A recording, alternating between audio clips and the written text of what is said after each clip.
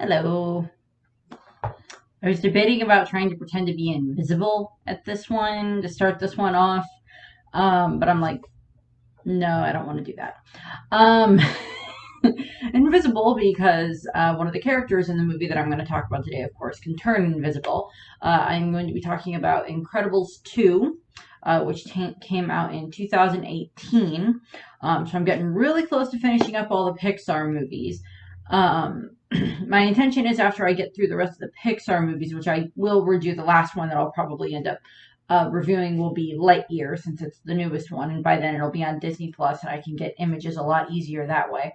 Actually, I think it's on Disney Plus now, but I'll watch it again and then review it. But then I'm planning on going and doing some more Digimon videos, and I'm going to be starting to work on Digimon Tamer. So that would be series 3 with Dakato and Rika and Henry and such.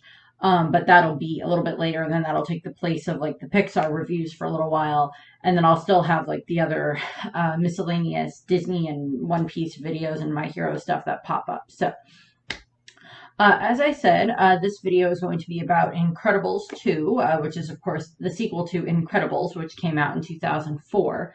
And this one has actually, I believe this one holds the record for the longest between movies in regards to Pixar. And I believe the previous holder of that record was Finding Nemo to Finding Dory, I think was the previous record on that one.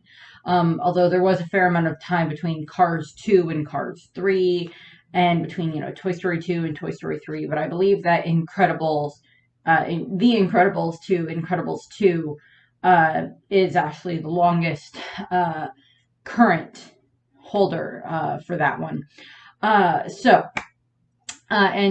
so long in between movies means that animation techniques and capability have advanced quite a bit through that time frame. So I do like the way that they start off the movie with, they basically give you like a slight recap of literally like the last scene from like the first movie, where it's oh, you get it through the eyes of Tony Ridinger, or whatever his name is, the boy that Violet has a crush on. And we see him getting interrogated by Rick Dicker at the beginning of the movie, and we get this moment where it's just like him remembering what happened.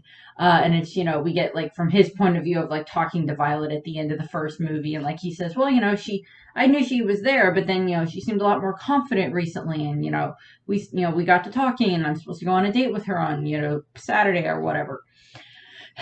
Which I'm like, okay, good boy. And, when we kind of see that interaction, that memory through his eyes of like, oh, there was the track meet, and, then there was the Underminer attack. And of course, then we have to deal with the Underminer, and of course, Tony's running away.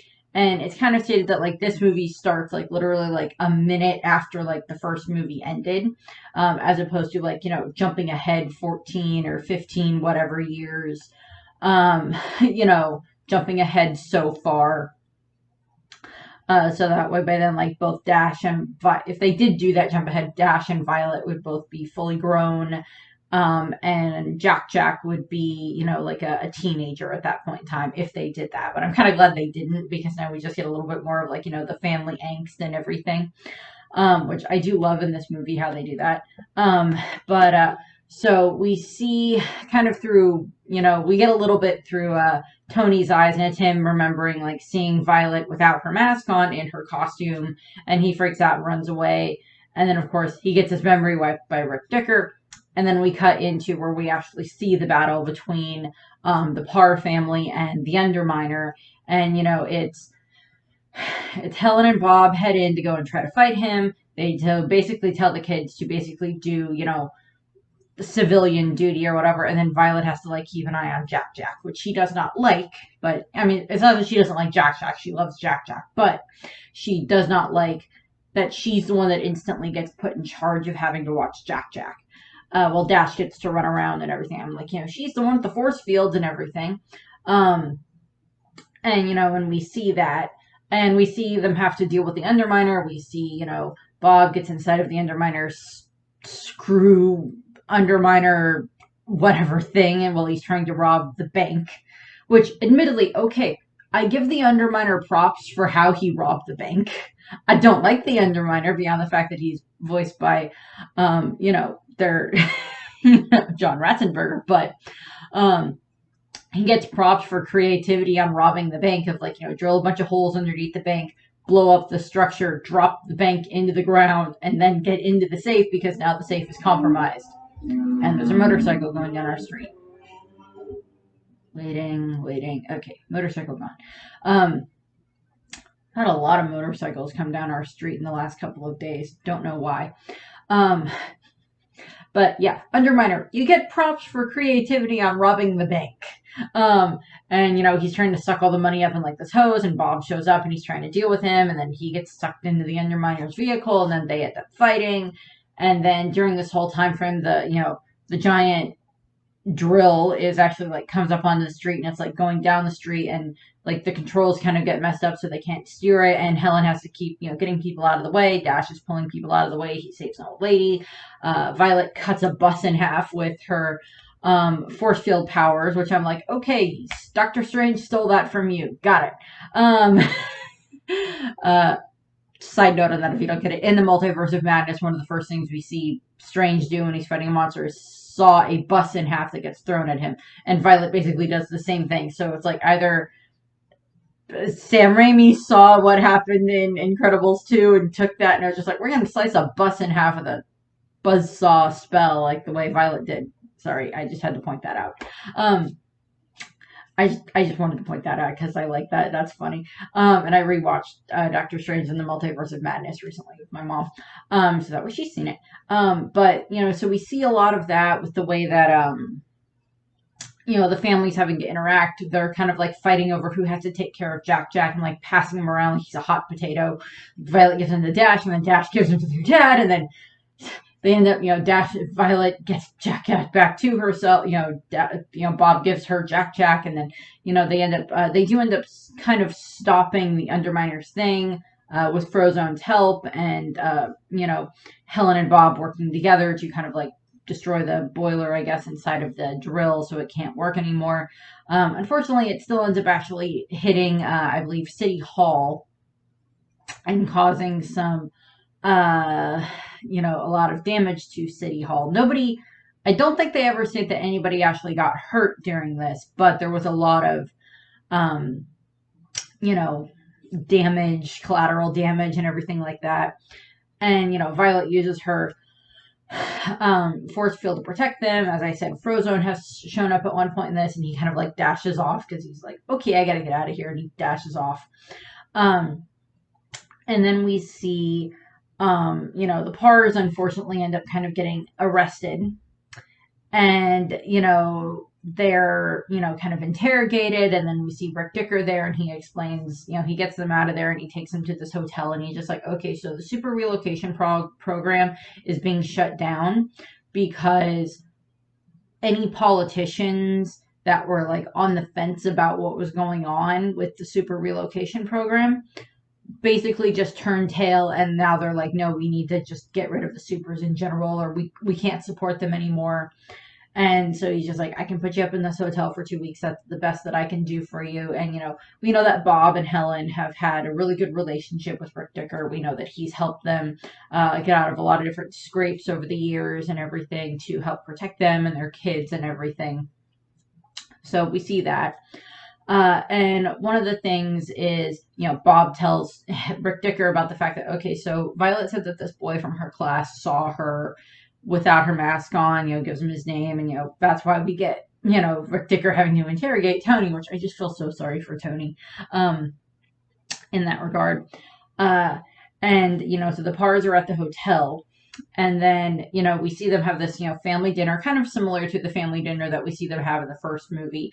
Dash not wanting to eat his veggies, being annoying to his sister, Violet, complaining about the fact of just I thought that it was fun that we got to, fight crime as a family. And the dog's running around in the hallway. Rainy, you want to come here? Okay, no. Violet's I thought it was fun to get to fight crime as a family, but apparently we can't do that now because it's against the law and everything. And, it's well, it's against the law, but it's not fair that it's against the law. and, you know, all this other stuff. And like, there's this whole big dinner discussion that goes on. And what ends up happening is, you know, Bob and Helen have like this talk by the pool, and it's a very serious talk that you see them have where, you know, Helen's like, well, you know, one of us needs to get a job. And, you know, you worked in the private sector, you worked for that InsureCare company or whatever else for so long. And, you know, maybe it's time for you to stay home with the kids and for me to get a job. And, you know, Bob,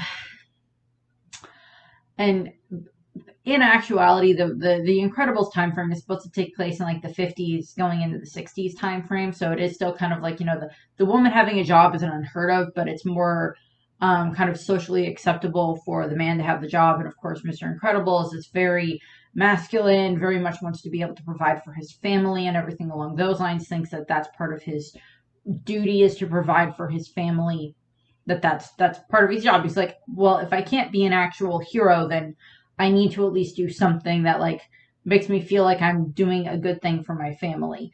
And like there, it kind of goes into a little bit of like, well, where do the gender roles lie in regards to, you know, is it bad for like the dad to stay home and take care of the kids as opposed to the mom? Is it bad for either parent to have a job? You know, so many different social things. And you know, I've seen this from different angles from my family. I have like aunts that don't work because their husbands have a good enough job that it's not a big problem for them to not have a job. I have ones where it's, you know, kind of my, you know, the aunt is the one that actually has the job, and, you know, the uncle kind of doesn't necessarily have a job, but he's had like several jobs over the years, but it's okay, you know, where they both work. I don't think I have a case where neither of them work, although I do have an uncle that's going to be retiring soon, so that's a different case. But he's retiring from being a doctor, and they're perfectly fine for being set up for the rest of their lives, um, hopefully. But, you know, so we see Bob and Helen having this bit of an argument, and then we see Frozone show up, Lucius.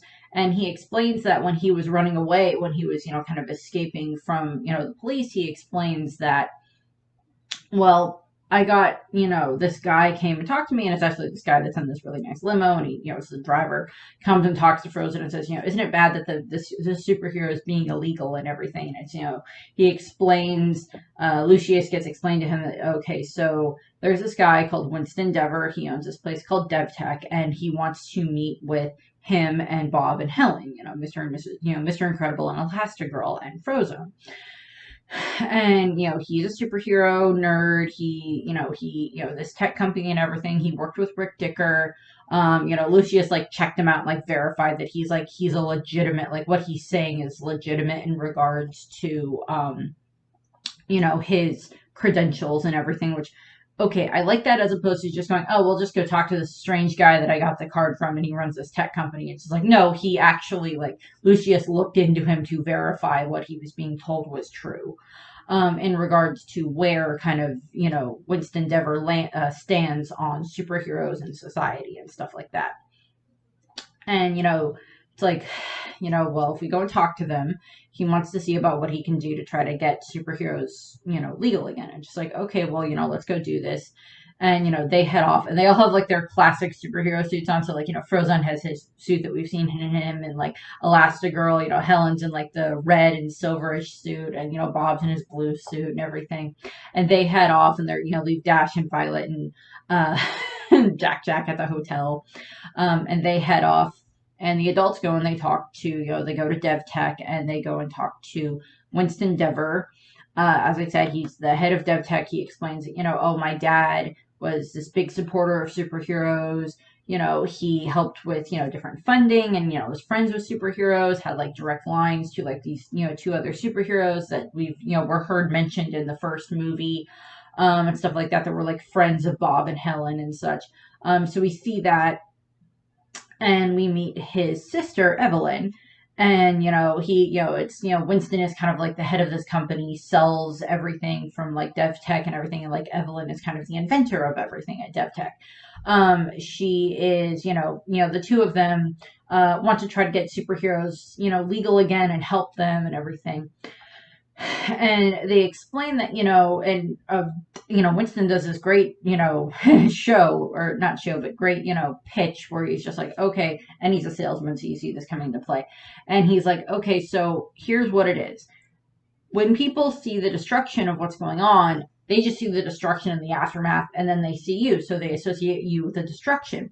Whereas they don't understand the fact that when it comes to superheroes, that there's a lot of tough decisions that you have to make when you're a superhero. That you have to choose between this path, that path, this option, and this option on the fly, and like all this other stuff. And you have to, you have to get the people out of danger, and you have to try to lessen, injuries and casualties. And yes, there is, collateral damage that happens, but you at least want to try to avoid the loss of human life as much as possible, and at least try to minimize as much as you can.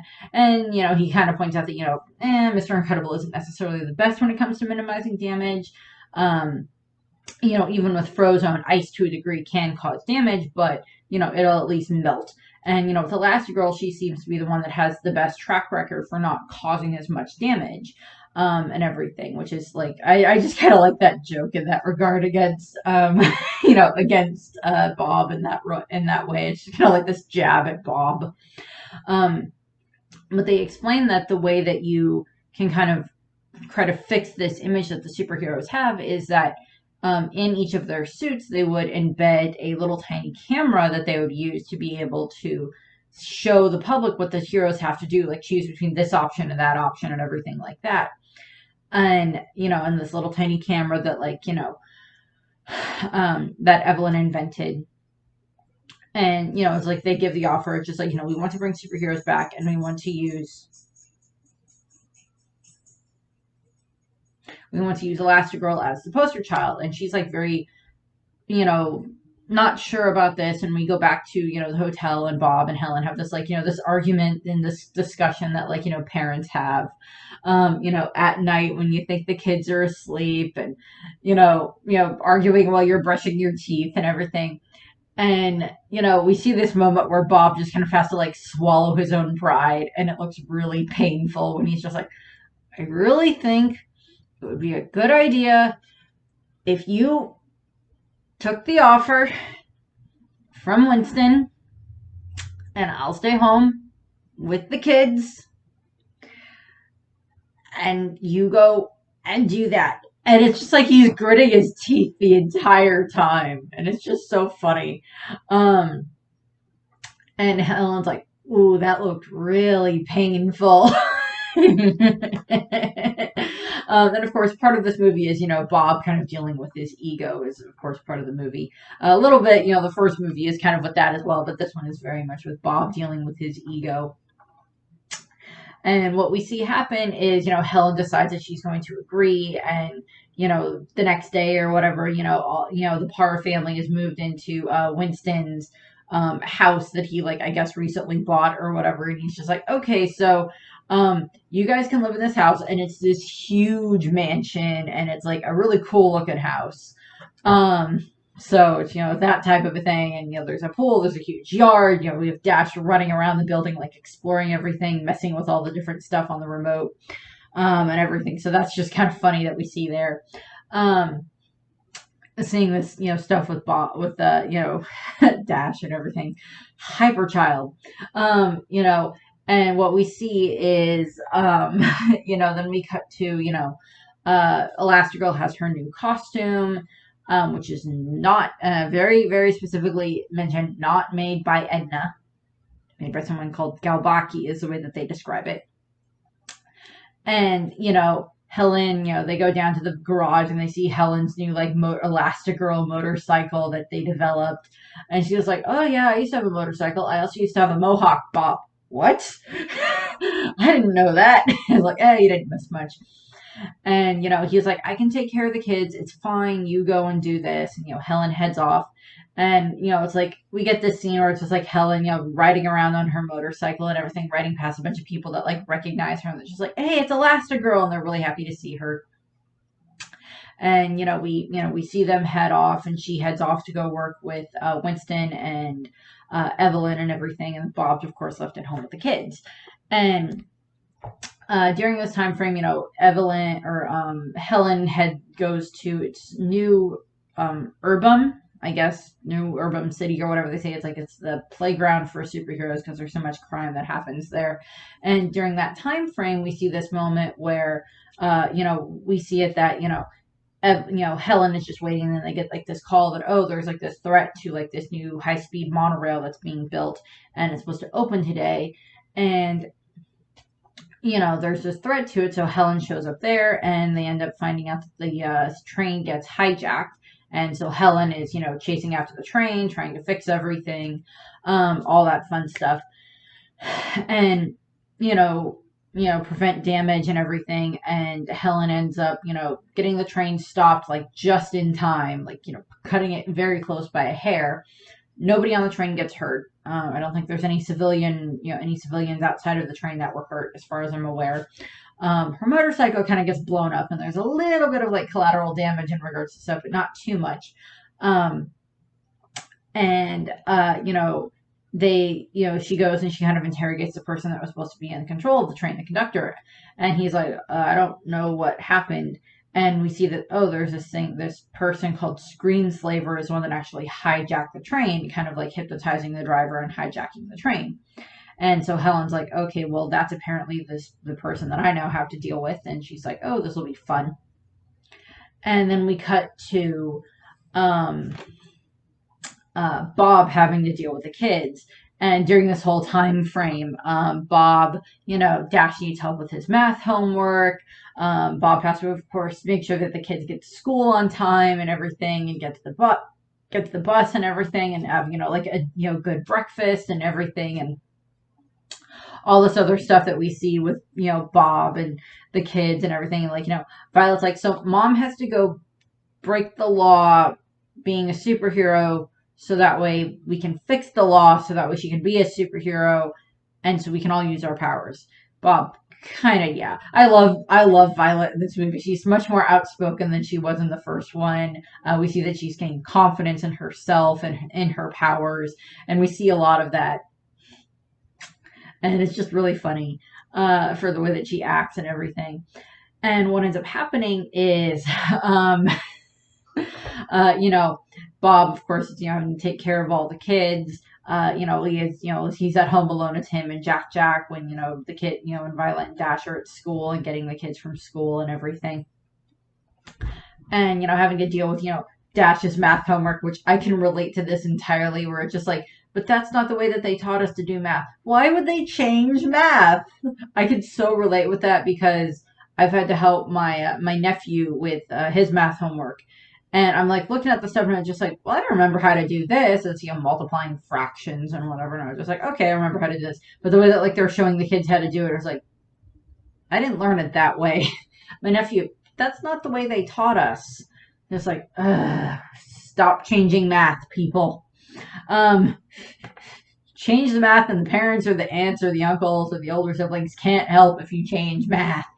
So we have that moment, which is just funny and very relatable for any parent that has helped parents or older sibling or aunt or uncle that has had to deal with that.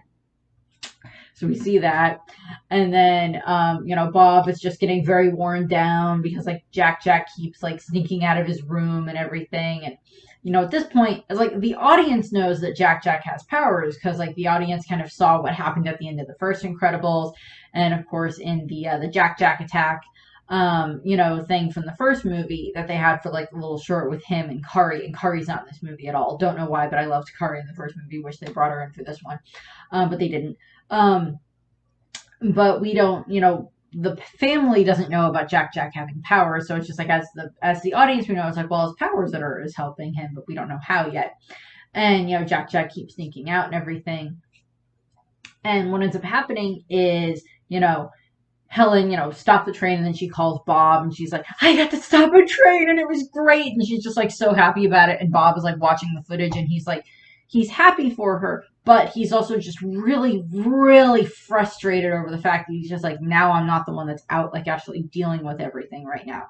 And he's really frustrated by it. And he's like trying not to break the phone. And he's just like, that's great, honey. And it's, very, very understandable in regards to him. And, then Helen ends up going on this, talk show, this, interview kind of like late night news show or whatever, like the, I don't know, CBS Evening News or whatever you want to go with. She goes on that and she got to meet this ambassador who's like, really liked Elastigirl. And then during the interview, Elastigirl, or the anchor that is interviewing her, gets affected by Screenslaver, and like the whole studio gets kind of infected by it, as in these like hypno screens are appearing all over the studio and hypnotizing, him and the people in the control room and everything. And, he mentioned something about the ambassador, and Helen, has to get out of the building and get it to the ambassador's planes or helicopters, and she ends up saving the ambassador, causing a little bit of collateral damage in the process, unfortunately, but she saves the ambassador, and I don't think anybody actually dies or gets majorly injured. And, Helen, is just trying to, she's like happy that she saved the ambassador, but she's like, but the Screenslaver is still out there, and we still have to find him and capture him and stop him and everything. And Helen ends up getting introduced to these new, kind of up and coming heroes. They're either called the wannabe heroes or the rookie heroes or the newbies, whichever one you want to go with.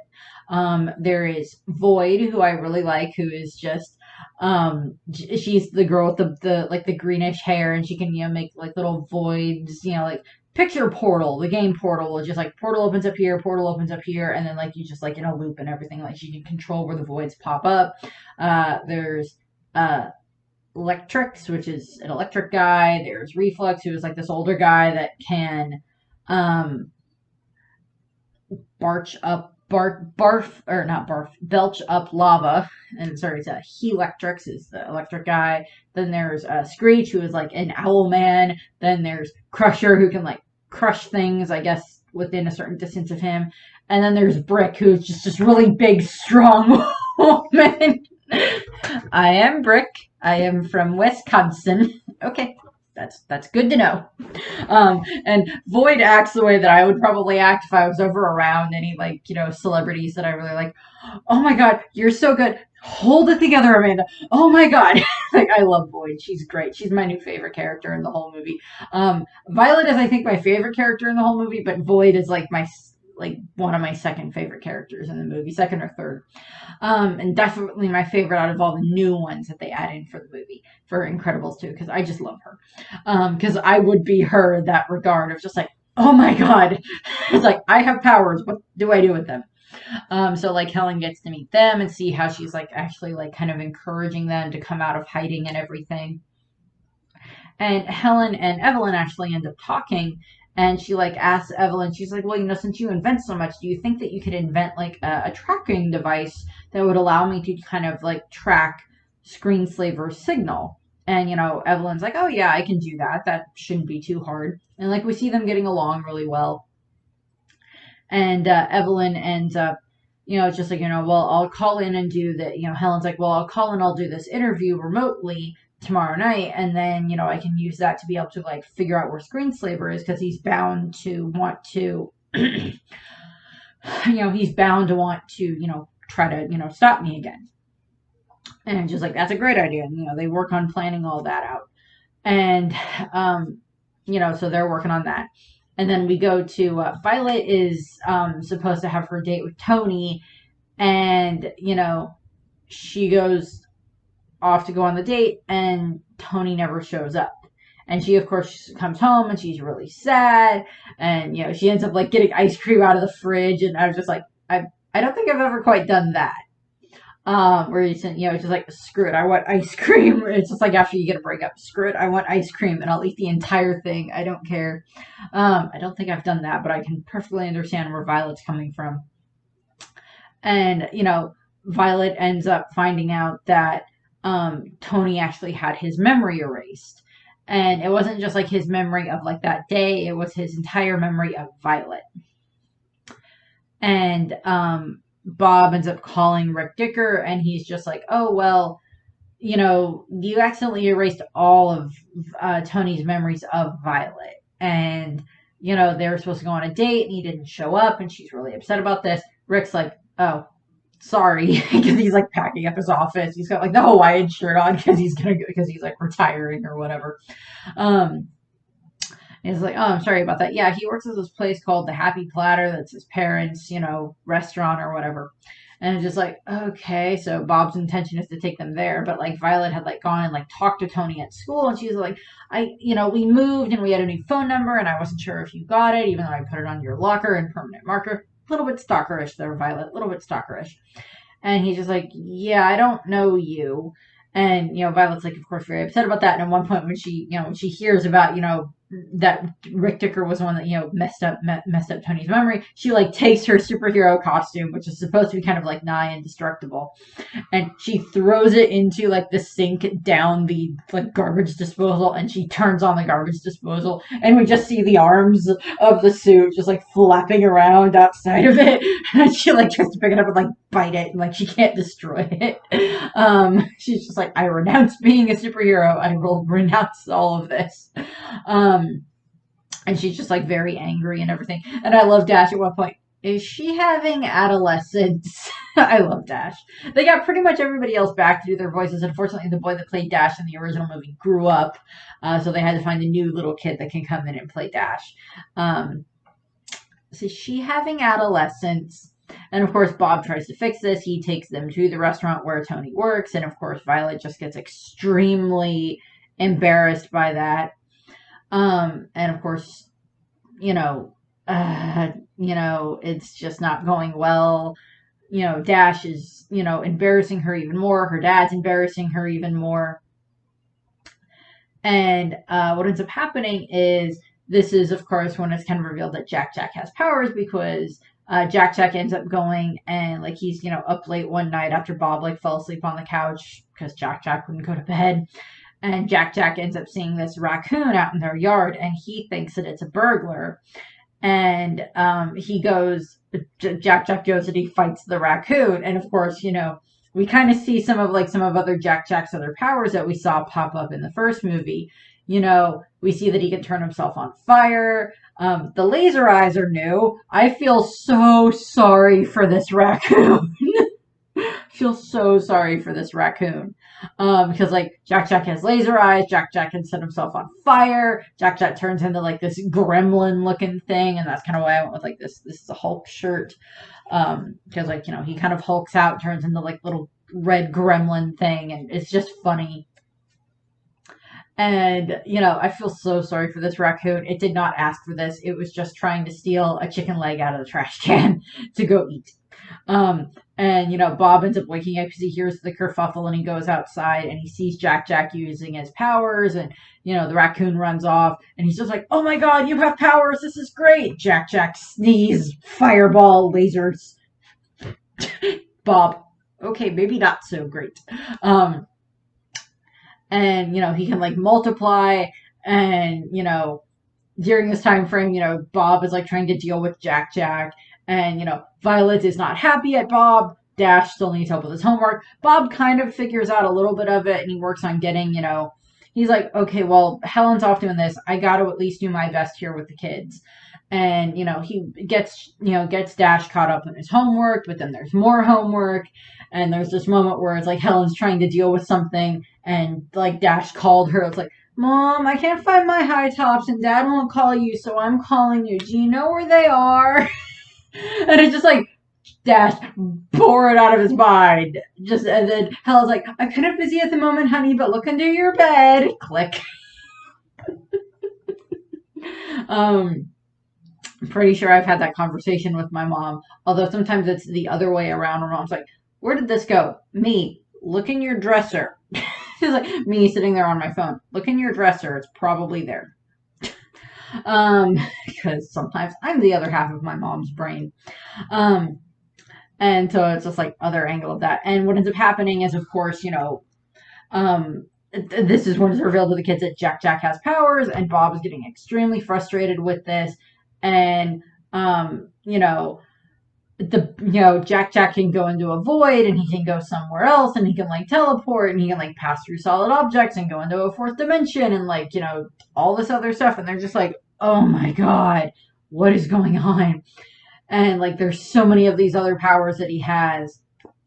I think it's stated to be like 17 at one point in time. And what ends up happening is, they call Lucius, and Lucius shows up, and he's just like, okay, and he's like very baffled by Jack's powers, but he like helps kind of like Bob calm Jack down at times, and like they have to keep bribing Jack with cookies, but anytime they take the cookies away, he turns into like the red gremlin monster, and oh god. And any parent that has had a child, or any aunt or uncle that has dealt with the small child, or even the teenager child, or whatever you want to go with, that content where it's just like, oh my god, why? Help. Make it calm down and stop crying. Um, and I love my nieces and nephew. I do. But sometimes it's just like, oh god, please stop crying. Please. I'm sorry. I don't know. I'm not your mom. I know. But please stop crying. Um, so we have that. Um, And what ends up happening is, of course, Lucius is like, well, why don't you take him to Edna to babysit? And I'm just like, first of all, why are you trusting Edna with the baby? I'm sorry. And, Bob shows up at Edna's place, and Edna is just like, oh, God, you look horrible. And he's just like, it's not me, it's the baby. I just need you to take him for a little bit. And Edna is just like, I am not a babysitter, Bob. I am not. I do not deal with children. Parenting is a noble act when done right, but it is not for me, and all this other stuff. And then Jack like kind of morphs a little bit to look like Edna, like his nose turns into her nose and he grows her hair, and she's just like fascinated by it. And then she sees Jack sneeze, and he rockets into the air, and then he floats, and she's just like, oh my god, it's like the holy grail of powers that this child has. And what ends up happening is, she sends Bob off, and he's just like, you go home, you rest, you take care of the other children. I will stay here and take care of the baby. She like shoves him out the door. She like shoves Bob out the door, and Bob goes home. And we have this moment where, Bob is just really, really tired, and we see him, like just sitting in the living room of like their kind of mansion-ish thing at the moment. And, Violet comes in and she talks to him, and we have this moment where it's like Violet's already sitting down there, and then Bob shows up and he's really tired, and they end up having this, heart-to-heart daughter moment, father-daughter moment. And I've been watching the Pixar movies with my dad. There aren't too many Pixar movies that kind of deal with like the father-daughter relationship. We get some of that in Brave. We get some of that in Coco, very much between Hector and Coco. We get that between as I said, between Merida and Fergus and Brave. We get that between Malin's dad and her in Turning Red. But there's not a huge amount of like father-daughter moments that we see in Pixar movies. Not that they're not there. They're just not as prominent as like, sibling moments or stuff like that happen in the movies. We do get that in Luca, though, between Julia and her dad, which will be coming up soon. Yeah.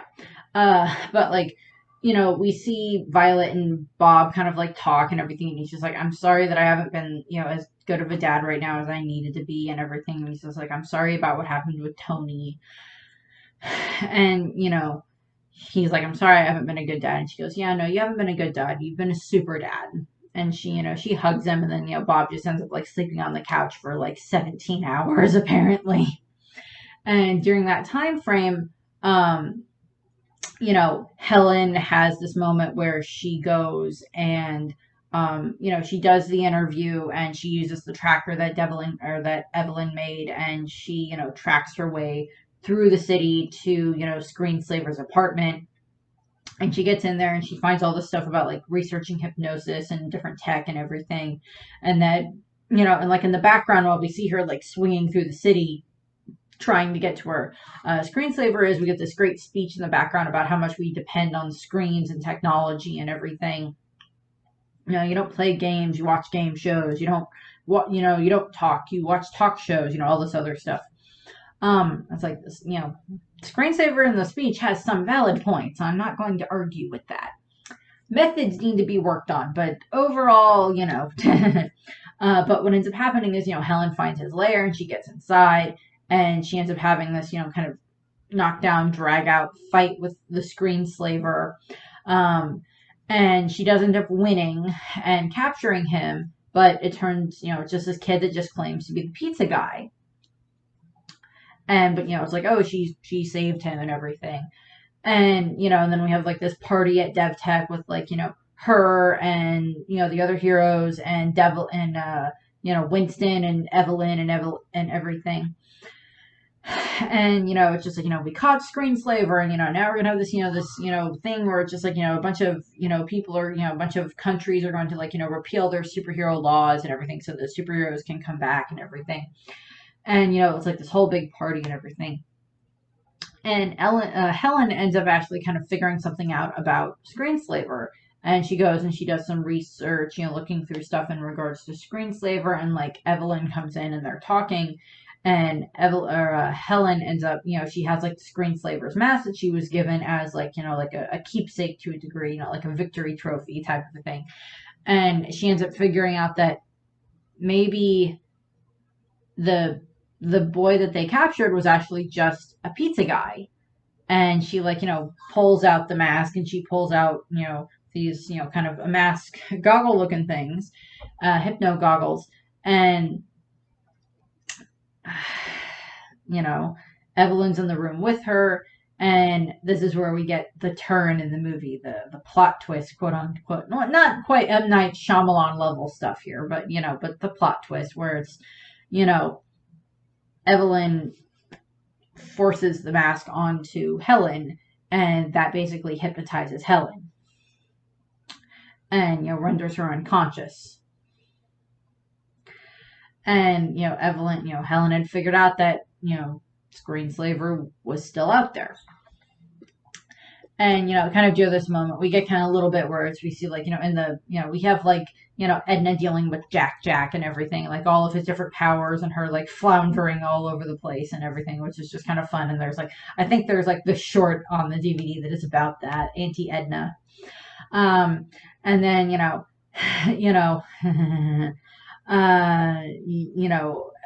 Bob sleeps for like 17 hours and he's a lot better. Then he goes and he picks up Jack, and Jack has a suit, and Edna goes through and does like the whole demonstration of like the powers and like how to stop them and everything, and like how the suit works and how like this little tracking screen works for like trying to figure out where Jack is and everything.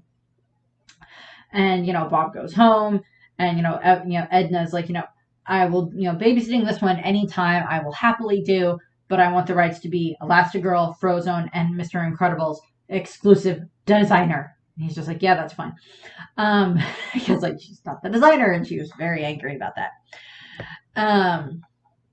And he takes Jack home, and we have this great little family bonding moment between Bob and the kids and everything, where he's just like kind of showing off, how to deal with Jack's powers, and like, having the little control monitor thing that helps with like, figuring out where Jack goes if he goes into like the fourth dimension and everything. And like, if he gets set on if he sets himself on fire, there's like flame retardant in the suit that like stops it.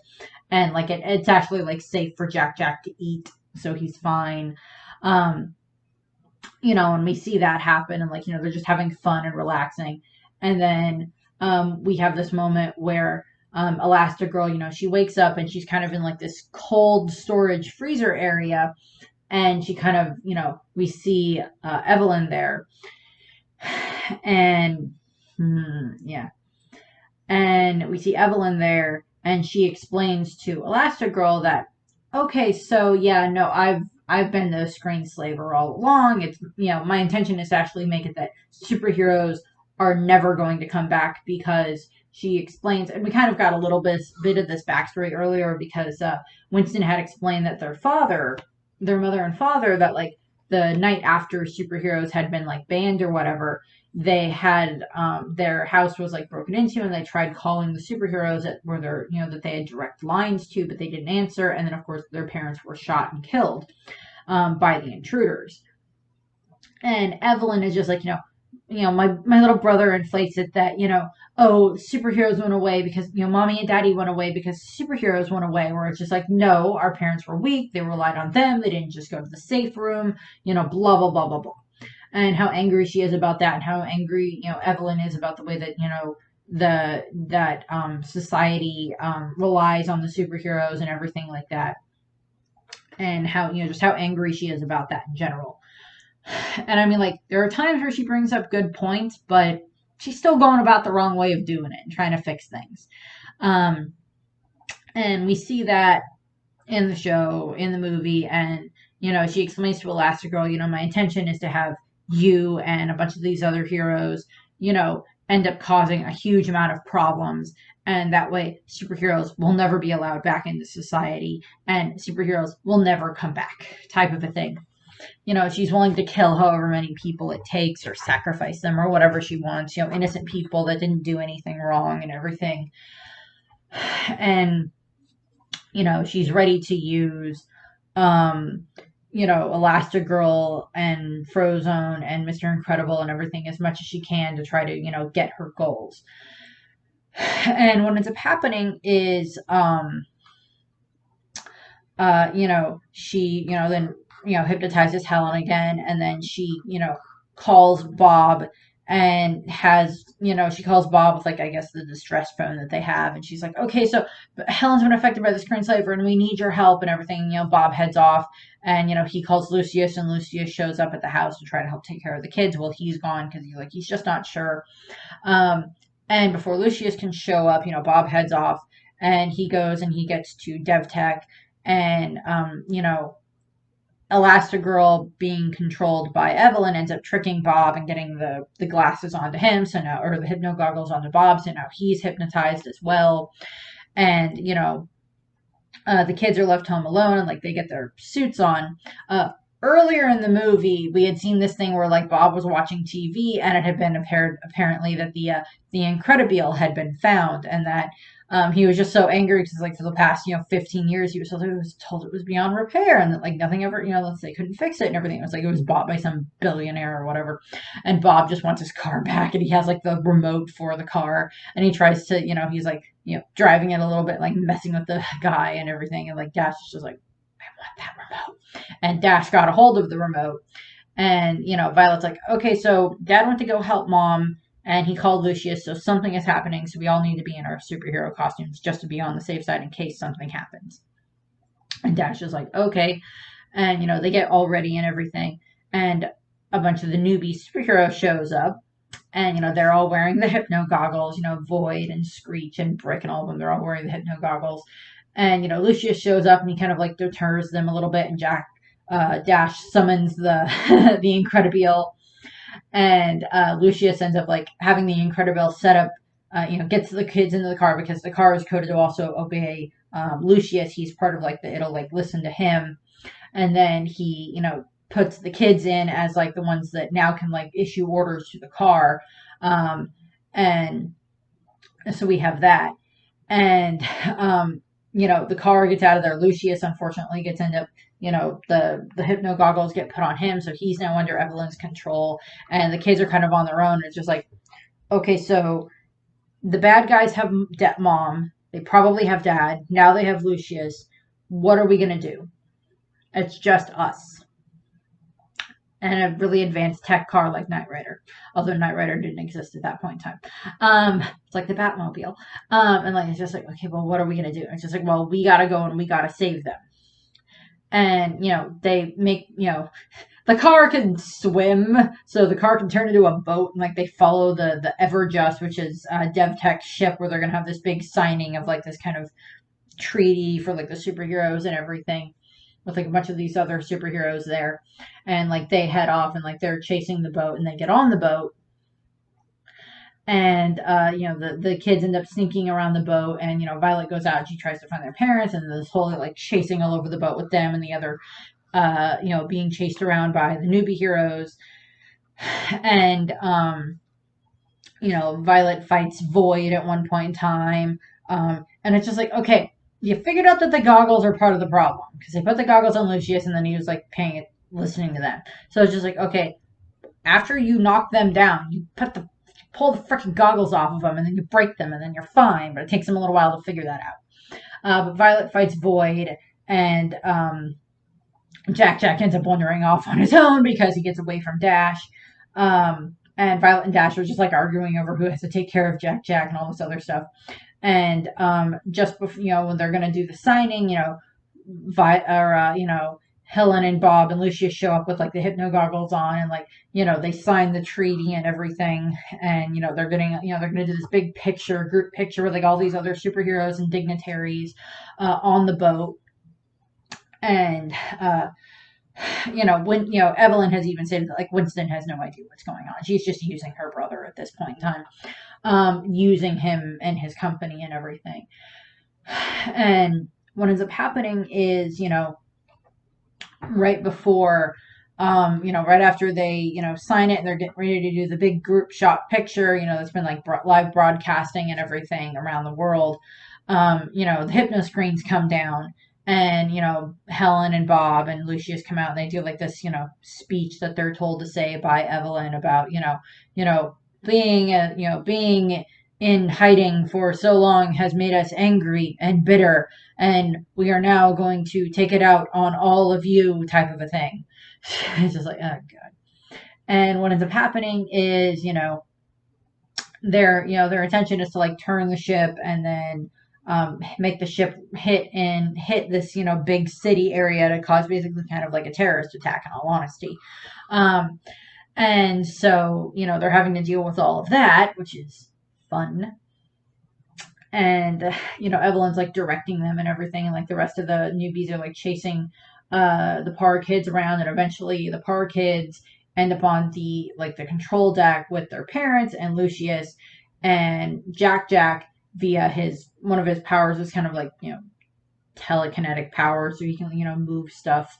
And, he ends up, moving the mask just enough on Helen's face that it kind of like snaps her, moves the goggles just enough on Helen's face that she's able to like snap out of it. And she like, they break the goggles, and then she fixes Lucius and gets his goggles broken, and then they break Mr. Incredible's goggles and everything. So they're all back to normal. And it's just like, okay, the kids are here. I was like, well, of course we came to save you and everything. And it's just like, oh yay. And it's just like, they get Helen in her rightful Mrs. Elastigirl outfit and everything, the red and the black one that Helen designed, or that Edna designed and everything. So we have that. And then of course they then have to deal with all the different newbies, and like, they're running around the ship dealing with the newbies, breaking their goggles one after the other. The one that they miss is the Crusher guy, which comes up. And it's just like, okay, so the ship steering has been destroyed, so we need to veer the ship as much as possible. So like, Lucius is using his ice to try to mess with that, and Bob was supposed to try to get to the engine room, but he can't because, Crusher guy showed up and, kind of crushed stuff, and then Bob, broke the goggles, and he's just like, can you uncrush?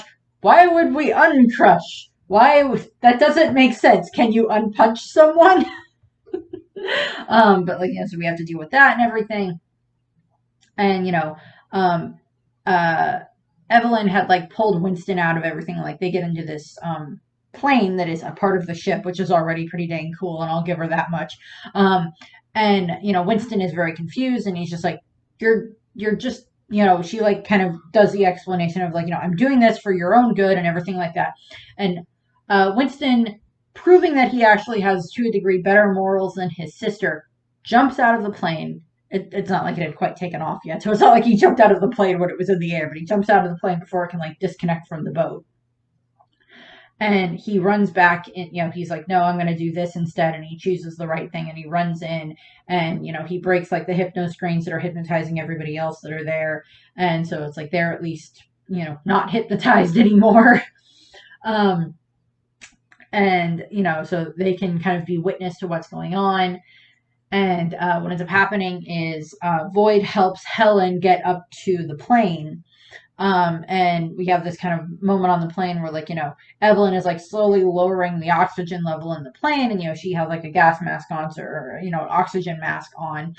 And I have to admit this, I really like Evelyn's outfits throughout this whole movie. I really do. She's got a great fashion sense, so I at least give her that much. Don't, don't like her as like her motivations, but, I like her costumes, her outfits. And, Helen is being affected by, I think it's apoxia is what it is when you're not getting enough oxygen to your brain. I think that's correct. And what ends up happening is, yeah,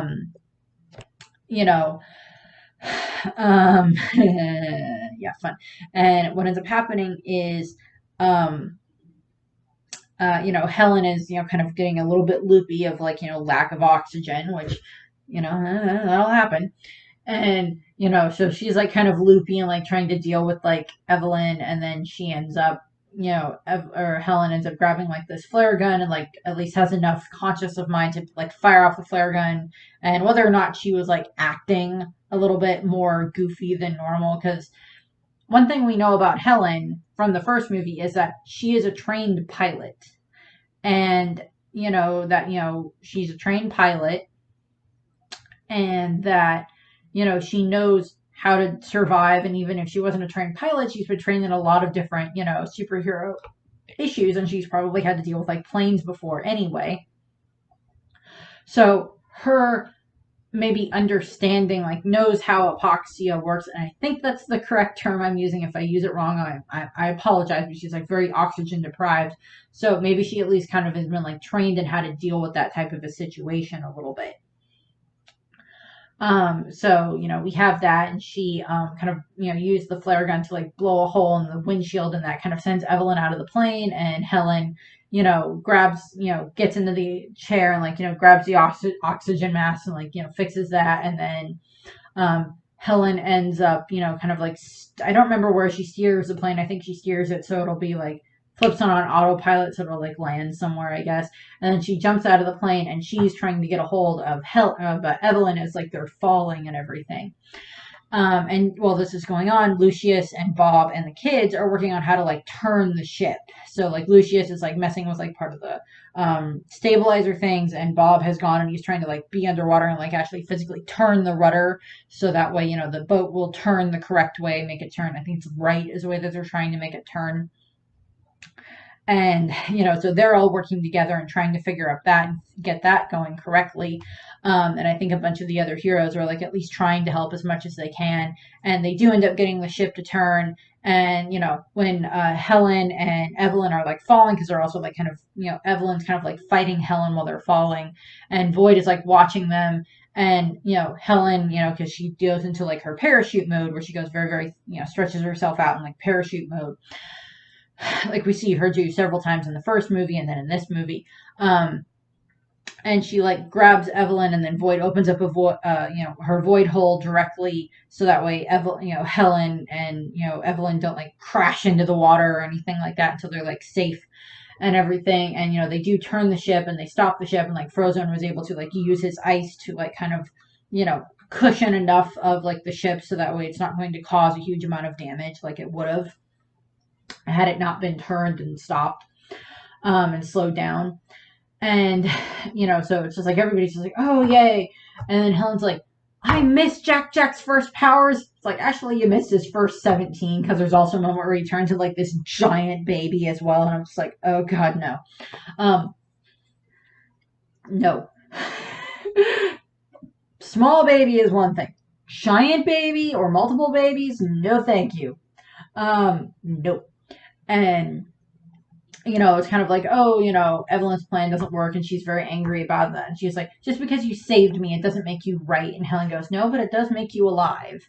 And, so like, they're, Evelyn is arrested, and like, I guess kind of the superheroes are given like a bit of a pass and everything, because it's like, they did actually save the day, and it was Evelyn behind everything that was causing all of the problems. And, Winston like looks at Violet, and Violet makes a comment of like, well, she's a rich white lady, so she probably won't end up being in jail very long. Winston like doesn't deny it, but like I don't know exactly what'll happen with that. But like it is revealed that like a judge, whatever, I don't know exactly what judge, but like the superheroes are like they're forgiven for whatever crimes, quote unquote, and everything, and like they're made legal again and everything. So now the superheroes can be superheroes again. And we see the last bit is Violet going like kind of reintroducing herself to Tony and like asking him if he wants to go on a date to the movie and everything, like fresh start and everything. And he's just like, yeah, sure. And they head off to the theater, and he ends up like all of the Pars and Jack and Dash and everything are in the car too, and it's like this really awkward family situation. They're just like, sorry, Tony, and like they head to the theater, and then like we see this like bank robbers running down with machine guns driving down the street, who are just like okay, time to go be heroes. And, like, Violet kind of, like, is like, oh no. And she, like, looks at Tony and she's like, 1 second. And she, like, pushes him out of the car, gives him money. Large drinks, popcorn. I'll see you before the credits. I'll be back before the end of the credits. And, like, the car drives off. And it's just like, oh God, I am so sorry, Tony. I'm so sorry. And, like, they head off to pursue the criminals. You know, they don their masks and head off to pursue the criminals, which is just funny. Reviews being a little bit longer than I anticipated. Sorry. In regards to cast, we, of course, as I stated before, we have pretty much everybody returning. So we have Craig T. Nelson as Mr. Incredible. We have Holly Hunter as Helen Parr. We have Sarah Vowell as Violet. We, of course, have Huck Milner as Dash. He's replacing the first boy that played Dash because, of course, he grew up. We have Ellie Fulce as Jack. Don't know. Nick Bird as Monster Jack. Samuel L. Jackson, of course, as Lucius. We, of course, have Bob Odenkirk as Winston Dever, and, of course, Bob Odenkirk. Of course, if you have any idea what Better Call Saul is, he's Saul on that. We have Catherine Keener as Evelyn Dever. We have Brad Bird as Edna. Brad Bird is also the director of the movie. We have Jonathan Banks as Rick Dicker. I guess he did not voice him in the first movie. I don't know why. We have Sophia Bush as Void, and then a few others as some of the other miscellaneous characters. John Ratzenberger as the Underminer. We have Phil Lamar as Crusher and Helix. And if I'm remembering my voice acting correctly, I believe Phil Lamar is also...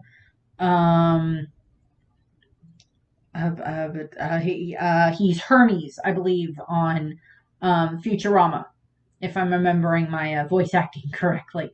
I also think that he's something to do with Static Shock, but I don't remember if he played Static Shock in Static Shock, as in like the 90s, early 2000s cartoon Static Shock, or if he's like the dad or something. But I don't remember exactly. But he's Phil Lamar. I think so. I could be misremembering my names of people, and I'm sorry. But I do believe he is at least Hermes from Futurama, and I cannot remember Hermes' last name. Sorry. But that's what we have. I really, really like The Incredibles 2. I think it's a really good movie. It's a great way of like capping off that story a little bit more. If they ever do an Incredibles 3, that would be, depending on how they do that, that would be great, but I don't know if they would. It depends on how they would do it. I would say, I wouldn't say it's my favorite out of all the Pixar sequels, but it's definitely up there. And I believe the next movie that I will be reviewing for this, I believe is, I think it's Toy Story 4 is the next one. And then I think it's Onward. And then I think it's Soul. And then I think it's Luca. And then technically then it would have been Turning Red, but I already reviewed Turning Red. And then it would be Lightyear. So I believe that's what I have for that. So, I don't know if I'm going to do any additional things in regards to Incredibles or not, but we'll see. So that's what I have for this one. I thank you very much for watching. I hope that you enjoyed the video, and I hope that you have a nice rest of your day. And if you haven't watched Incredibles for a while, go watch Incredibles 2 because it's great. Or watch the original one and then watch Incredibles 2. Either one is fine. So, bye! Of course you can leave the baby overnight. I'm sure filling in for Helen is challenging and you are very tired and the other children need you and miss you and you must go to them. Auntie Edna will take care of everything. So drive safely and goodbye. I enjoy our visits.